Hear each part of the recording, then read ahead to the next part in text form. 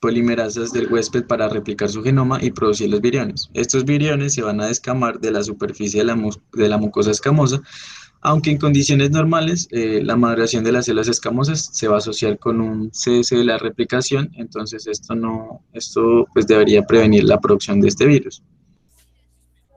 Tenemos que el VPH, como ya lo decía, es un tipo de ADN que infecta exclusivamente a las células basales inmaduras del epitelio escamoso o células escamosas metaplásicas de la unión escamocilíndrica.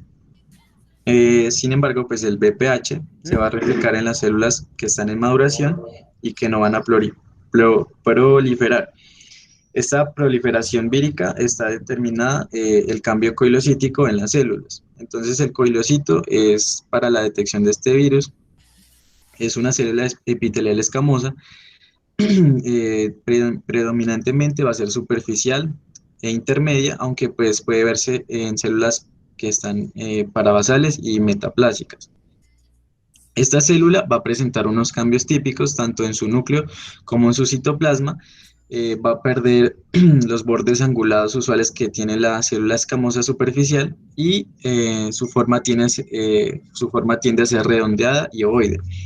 El citoplasma muestra una condensación periférica que le da un aspecto en asa de alambre, así se llama, es opaco, es denso, tiene un aspecto brillante, es acidofílico o de color rojo, naranja brillante. Para que el VPH produzca la replicación del ADN en estas células, pues debe ser capaz de reactivar el ciclo mitótico celular y este virus lo consigue pues fundamentalmente alterando la función de los supresores de tumores como el P53 y el retinoblastoma. Siguiente. Ya aquí tenemos como un esquema general. Tenemos que la capacidad del VPH para actuar como carcinógeno depende de las proteínas víricas E6 y E7, que estas interfieren en la actividad de las proteínas supresoras de tumores que van a regular el crecimiento y la supervivencia de la supervivencia celular. Por ejemplo, la proteína E7 se une a la forma activa del retinoblastoma y promueve su degradación. Esto va a hacer que progrese el ciclo celular y altere la capacidad de poder reparar el ADN. Entonces, este defecto en la reparación resulta amplificado por la proteína vírica E6, que esta se va a unir a la P53 y aumenta la telomerasa, que esto va a provocar una inmortalidad celular en conclusión, vamos a tener que el efecto es la proliferación de las células con tendencia a adquirir más mutaciones que pueden conducir al desarrollo de cáncer. Entonces, por esto, las proteínas E6 y E7 víricas van a hacer lo siguiente, como general, van a regular el alza de la expresión de la ciclina E, entonces, esto lo va a hacer la E7 que induce la degradación del retinoblastoma. Van a interrumpir las vías de apoptosis, como la E6, que induce la degradación del P53, inducen la duplicación del centrosoma y la inestabilidad genómica. Esto lo va a hacer la E6 y la E7, y van a regular la expresión de la telomerasa. Esto lo va a hacer la E6. Aquí tenemos un factor que es el factor E2F, que es un factor de transcripción involucrado en el control del ciclo celular y lo que va a hacer es la expresión de genes necesarios para la entrada de la fase de la síntesis del ADN. Es un paso pues de control, un punto de control que va a estar alterado. Siguiente. Tenemos que aquí el BPH es el agente causal de la neoplasia cervical. Este va a mostrar tropismo por el epitelio escamoso inmaduro de la zona de transformación. La mayor parte de las infecciones por VPH son transitorias y se eliminan en unos meses por respuesta inmunitaria del huésped. Eh, Otros factores de riesgo pues van a guardar relación con la probabilidad de exposición. Ejemplo, pues como ya lo habíamos mencionado, las parejas sexuales, las múltiples parejas sexuales y pues la respuesta inmunitaria que tenga el paciente. La mayor parte de las infecciones de VPH son asintomáticas y no se determinan cambios tisulares. Por ejemplo, el 50% se van a eliminar en 8 meses y el 90% en 2 años. La infección persistente al igual que los tipos de alto riesgo o inmunodepresión, incrementa el riesgo de desarrollar tumores malignos. Siguiente, por favor. Entonces tenemos que hablar que es importante destacar que todos estos tipos van a aumentar la proliferación y la supervivencia de las células infectadas. Tenemos que el riesgo oncogénico es relativo de distintos tipos de virus y puede guardar relación con el ADN vírico que se integre, que va a producir cáncer, o el episómico que se va a producir condilomas y lesiones precancerosas, como lo vamos a mencionar más adelante. O también si los virus de alto riesgo inducen cambios genéticos adicionales. Tenemos que el BPH no es suficiente pues por sí solo para causar como tal el cáncer. Este desarrollo definitivo del tumor maligno depende pues, de efectos relacionados como las coinfecciones, las respuestas inflamatorias, las influencias hormonales y las exposiciones a cancerígenos. Eh, entonces la carcinogenia vinculada al BPH comienza con un cambio, primero precanceroso epitelial llamado la lesión intraepitelial de bajo grado, que suele anteceder a un desarrollo del cáncer eh, antes pues, de que se dé como tal el cáncer. Entonces, un dato pues, que apoya esta noción es que la incidencia máxima de la lesión de bajo grado ocurre a los 30 años y mientras que el carcinoma que infiltra pues ya como tal eh, el epitelio pues lo hace más o menos a los 45 años la incidencia. Bueno, entonces ahorita vamos a hablar sobre la lesión precancerosa, la lesión intraepitelial escamosa, la cervical. Vamos a tener, habíamos tenido unas nomenclaturas anteriormente. Eh, ahorita tenemos la de bajo grado, la lesión intraepitelial escamosa de bajo grado, que antes era la NIC1, y la lesión intraepitelial escamosa de alto grado, que dentro de esta está la NIC2 y la NIC3, pues en el sistema previo pues, de las anteriores categorías. La lesión intraepitelial de bajo grado no progresa directamente a un carcinoma infiltrante. La mayor parte de estas regresan y solo un porcentaje pequeño evolucionan a una lesión de alto grado. Tenemos que la lesión de alto grado va a aumentar, va a tener un aumento en la proliferación, una detención de la maduración epitelial y un menor nivel de replicación del virus. Y las lesiones de bajo grado no se van a tratar como lesiones premalignas, mientras que las de alto grado van a tener un alto riesgo de progresión como tal al carcinoma. Ya aquí podemos mirar que eh, la paciente se puede exponer como tal al BPH. Este puede progresar a una lesión de bajo grado, puede eliminarse y volver a su estado normal, o puede progresar a una lesión de alto grado como tal.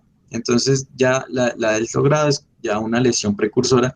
Esta puede regresar a una lesión de bajo grado o puede ya como tal hacerse una lesión invasiva y producir el cáncer.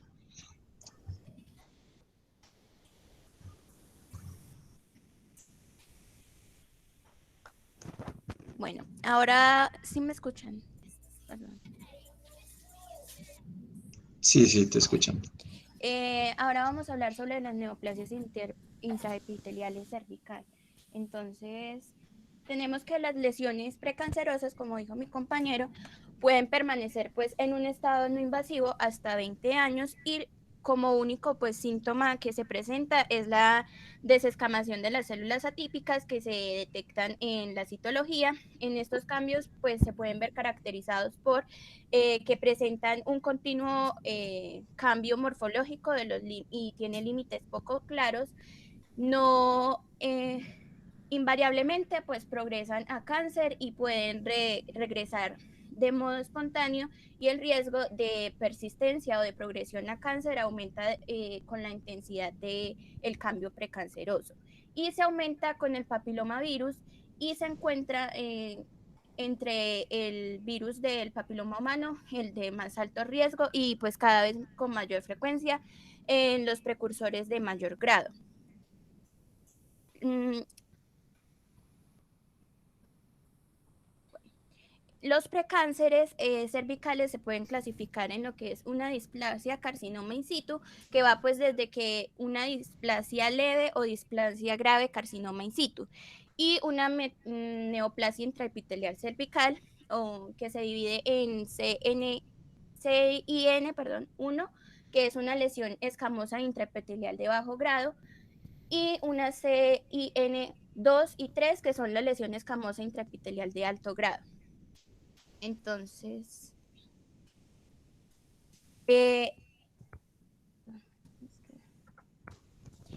aquí podemos ver que un concepto clave que tenemos es que las lesiones escamosas intraepiteliales de bajo grado son cervicales, no son, son infecciones producidas por el papilomavirus y que por lo general se resuelven espontáneamente, pero pues en ocasiones progresan a lesiones intraepiteliales escamosas de alto grado.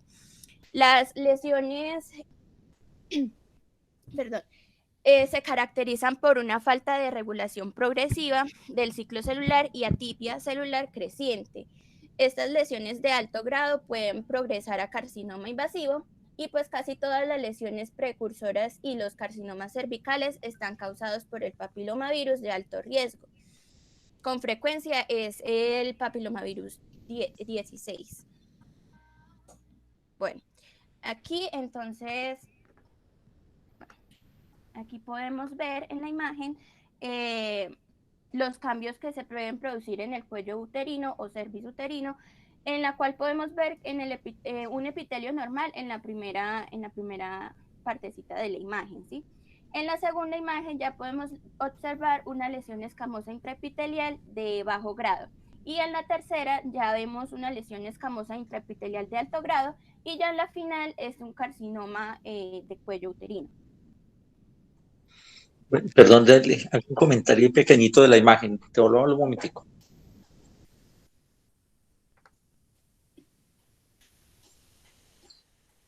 Devolvamos la imagen.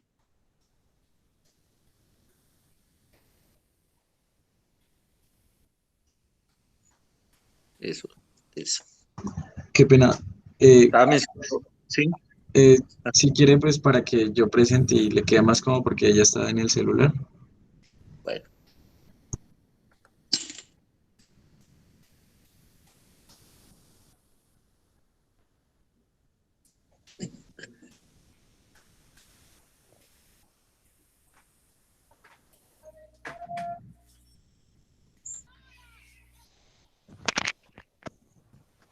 El tema de esa imagen, pues lo que quería comentar es de la parte inferior hacia arriba, lo que es la imagen histológica, pues nos está mostrando lo que es el recubrimiento epitelial, o sea, donde están las células epiteliales formando ese recubrimiento.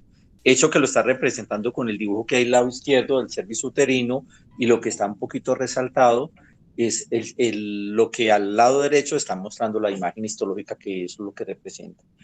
Hay sitios anatómicos en otras zonas del cuerpo donde esos cambios en la disposición, el tamaño, el núcleo, el ordenamiento de las células se clasifican en forma diferente, o sea, de bajo, de medio y de alto grado. Y inclusive en el cervix uterino hace X cantidad de años se hacía así, pero luego se determinó que las lesiones fueran de bajo y alto grado, y a lo que me quiero hacer referencia. Son células escamosas que salen de la célula germinal, y que ellas, a medida que van siendo empujadas hacia arriba por la consecutiva presencia de nuevas células, ellas se van aplanando, se van acostando, el núcleo va desapareciendo gradualmente, se va haciendo pequeñito hasta que él desaparece. Bueno, eso es la forma de que siempre, por eso se le dice escamoso, porque siempre está como despuliendo o en un término de tiempo se están esfacelando, perdiendo células. Entonces, el término de displasia de bajo grado es cuando en un tercio del espesor de ese epitelio, o sea, solamente son máximo de un tercio del espesor, es donde se encuentra ese desordenamiento de las células, que regularmente tienen tamaños diferentes, el núcleo se va haciendo más grande, inversamente a lo que se espera de que vaya siendo más pequeño. Y la de alto grado es la que pasa los los 2/3 de ese espesor epitelial hasta que llega o hasta comprometer todo el espesor del epitelio. Y la de in situ, pues la que podría estar en el lado derecho es en el cual, además de que esté la alteración conformando todo el espesor del epitelio, se ve demasiada hipercromasia, o sea, los núcleos muy grandes y muy hipercromáticos, que es lo que se determina como carcinoma in situ. Bueno, ¿listo? Bueno, entonces ya en la lesión escamosa intraepitelial de bajo grado, tenemos que esta es una infección principalmente producida por el papilomavirus. El nivel elevado es de una replicación vírica, es alteraciones leves en el crecimiento de las células del anfitrión, no progresa directamente a carcinoma invasivo y la mayoría tiene una resolución espontánea. La minoría de estos progresan a lesión escamosa intraepitelial de alto grado o HSIL y no se tratan con lesión, como una lesión premaligna. Es 10 veces más frecuente que la lesión escamosa intraepitelial de alto grado, mientras que ya en la lesión escamosa intraepitelial de alto grado vemos que el BPH provoca falta de la regulación progresiva del ciclo celular y va a llevar a una proliferación epitelial, reducción o detección de la maduración epitelial, menor tasa de replicación vírica, que es la lesión escamosa intraepitelial de bajo grado, y todas son de alto riesgo a progresión de carcinoma. Siguiente, por favor. Bueno, entonces, ¿cómo son los cambios en el epitelio cervical? En la lesión escamosa intraepitelial de bajo grado leve, vamos a encontrar lesiones condilomatosas de aspecto elevado, acuminadas con frecuencia y se relacionan con el papilomavirus de bajo riesgo. O también puede ser macular, es decir, planas asociadas con BPH de alto grado.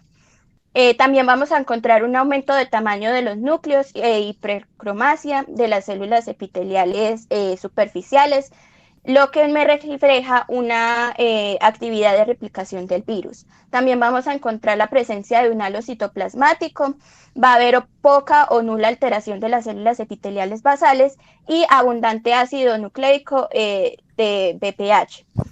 Siguiente, por favor.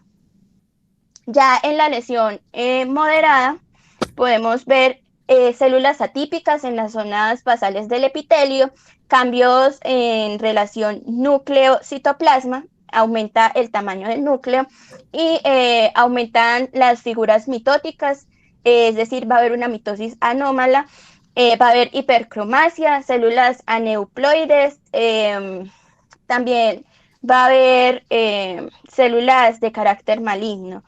Y también se reflejan cambios tempranos en las células de replicación, en las basales y las prebasales, asociados pues con los oncogenes E6 y L7, produciendo pues alteraciones en el ciclo celular. Siguiente. Bueno, ya en la grave podemos ver que hay pérdida progresiva de la diferenciación celular y la atipia es progresiva, que deja pues solo células atípicas inmaduras y sin diferenciación en la superficie. Siguiente. Bueno, entonces aquí podemos ver el espectro de la neoplasia intraepitelial cervical. Entonces, en la primera imagen de la izquierda podemos ver el epitelio normal y para compararlo pues con las diferentes lesiones que pueden presentarse. Entonces, en la primera podemos ver una lesión escamosa intraepitelial de bajo grado, una CIN1, ya con atipia coilocítica. En la CIN2 podemos ver una atipia progresiva en todas pues, las capas del epitelio, es decir, ya podemos observar que hay como un carcinoma in situ. En el último podemos ver ya como un carcinoma in situ, es decir, que no ha roto la membrana basal y se puede observar atipia difusa y pérdida de la maduración celular.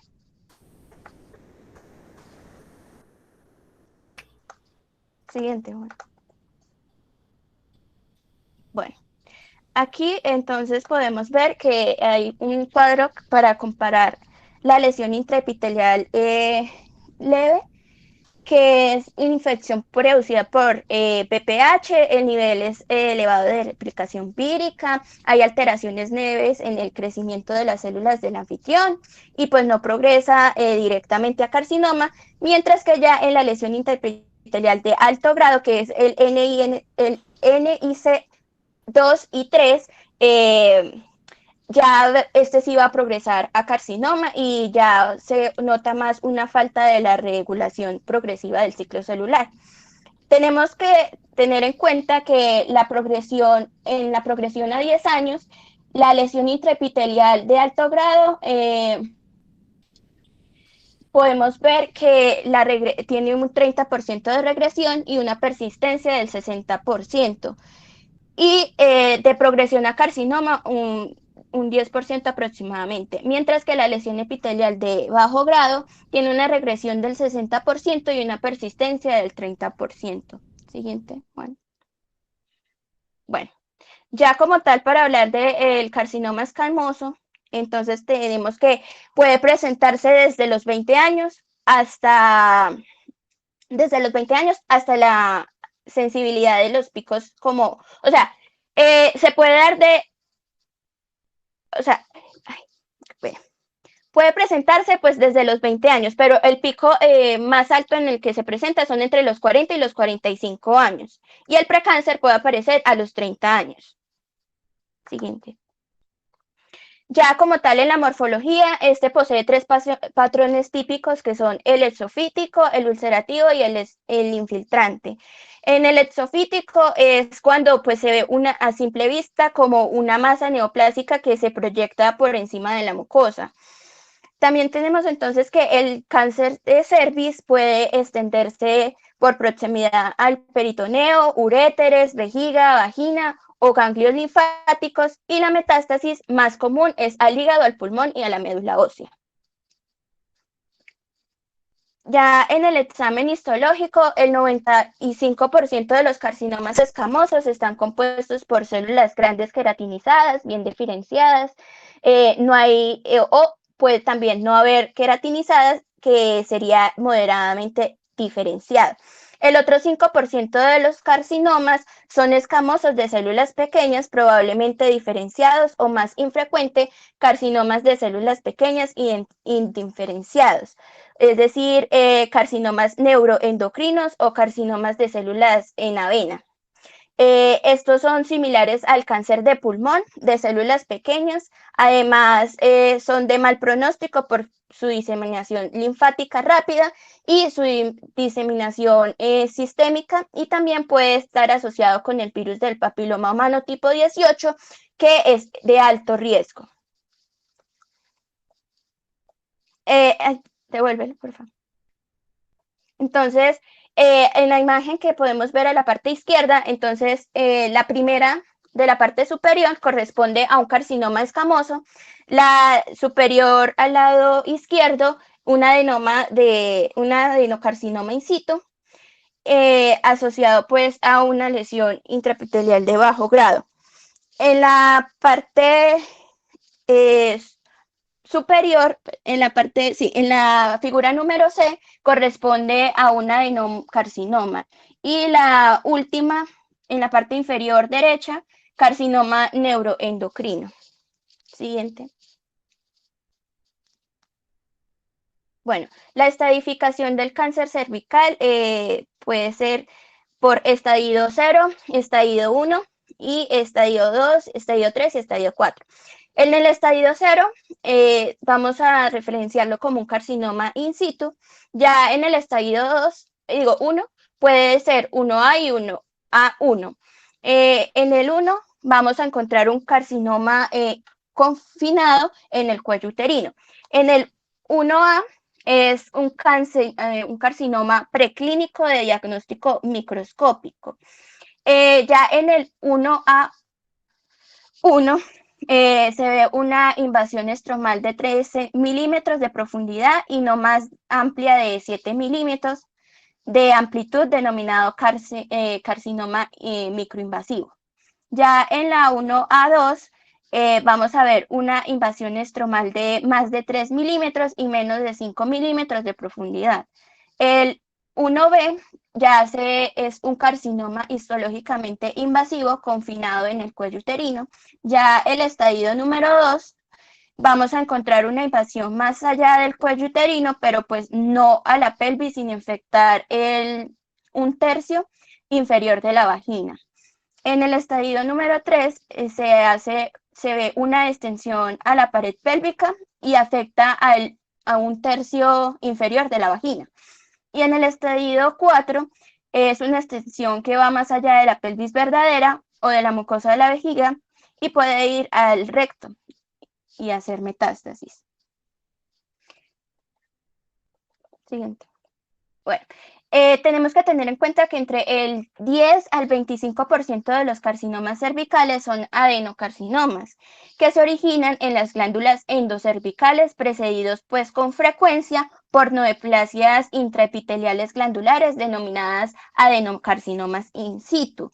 Ya los carcinomas adenoescamosos tienen unos patrones glandulares y escamosos mezclados y se cree que se originan de las células de reserva multipotentes de las capas basales del epitelio endocervical.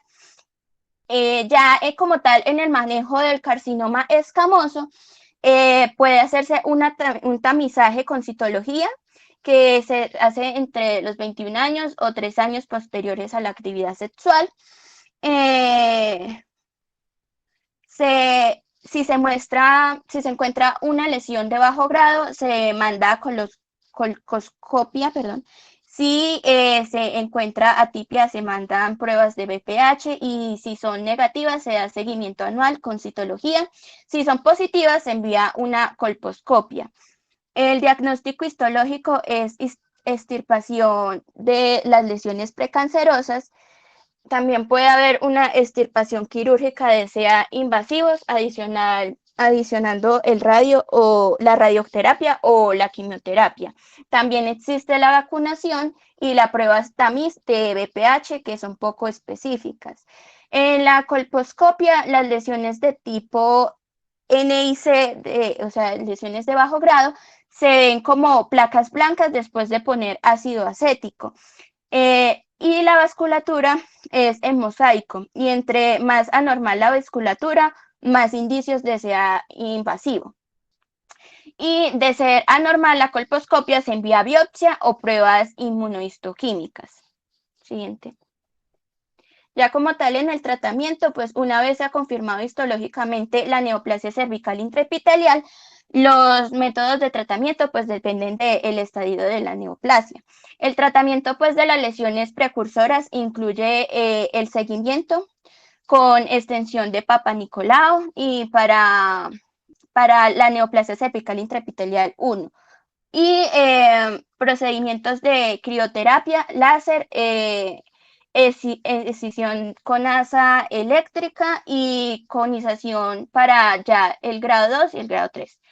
Y rara vez, aproximadamente uno de cada 500 pacientes con una neoplasia cervical grado 3 trata de desarrollar un cáncer invasivo. Ya en el cáncer invasivo de fase temprana se hace una conización, una histerectomía y extirpación de los ganglios linfáticos. En el cáncer invasivo de fase avanzada, se hace todo lo que nombré anteriormente y el pronóstico dependerá ya del estadio en el que se encuentre y el tipo de células, como ya dijimos, que son células pequeñas. Cuando son células pequeñas son de peor pronóstico. Aproximadamente pues de la mitad de los cánceres cervicales se desarrollan en las mujeres que no fueron sometidas a un cribado. Siguiente. Ya el pronóstico a 5 años tenemos que el 95% progresan a carcinoma hasta estadio 1A, incluidos el microinvasivo, y el 80 al 90% a carcinoma estadio 1B, el 75% a carcinoma estadio 2 y menos del 50% de los carcinomas de estadio número 3. o más. La mayoría de los pacientes con cáncer de estadio 4 fallecen como consecuencia pues de la extensión local del tumor. Por ejemplo, pueden extenderse a vejiga urinaria, uréteres y sus proximidades, lo cual va a llevar a una obstrucción ureteral, una pielonefritis y una uremia, y pues más a metástasis a distancia. Siguiente. Otros tumores que se pueden encontrar, aparte del carcinoma, son el adenocarcinoma, que se origina en las glándulas del endocervix y son precedidos por neoplasias intraepiteliales glandulares. El carcinoma adenoescamoso, que se origina en las células multipotenciales de la capa basal y con su pronóstico es peor que el sea escamoso del mismo estadio. Y ya, por último, el cáncer indiferenciado.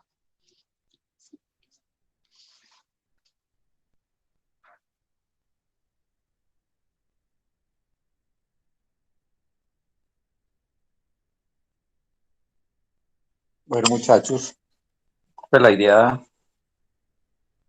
de hoy era de pronto haber intentado pues hasta endometrio, mi evento, claro que eso no es largo, entonces lo haríamos mañana, pero lo que es las lesiones del cuerpo uterino y endometrio, y posiblemente de trompas. Y hay algo, pues no sé, después busco la forma como para hablar o hacer un poquito extensivo a lo que corresponde realmente a la citología cervicuterina y conceptos generales de ella, pues si eso se ha hablado en otras disciplinas, pues nos sobra hacer un poquito del recorte de esto. Con respecto al examen, pues quería comentarles que ya, pues de mi parte, ya está calificado, pues con las preguntas abiertas. No sé si ya estará pues habilitado pues para que lo revisen, y quedo pendiente de observaciones que la hacen todas en conjunto a través del representante.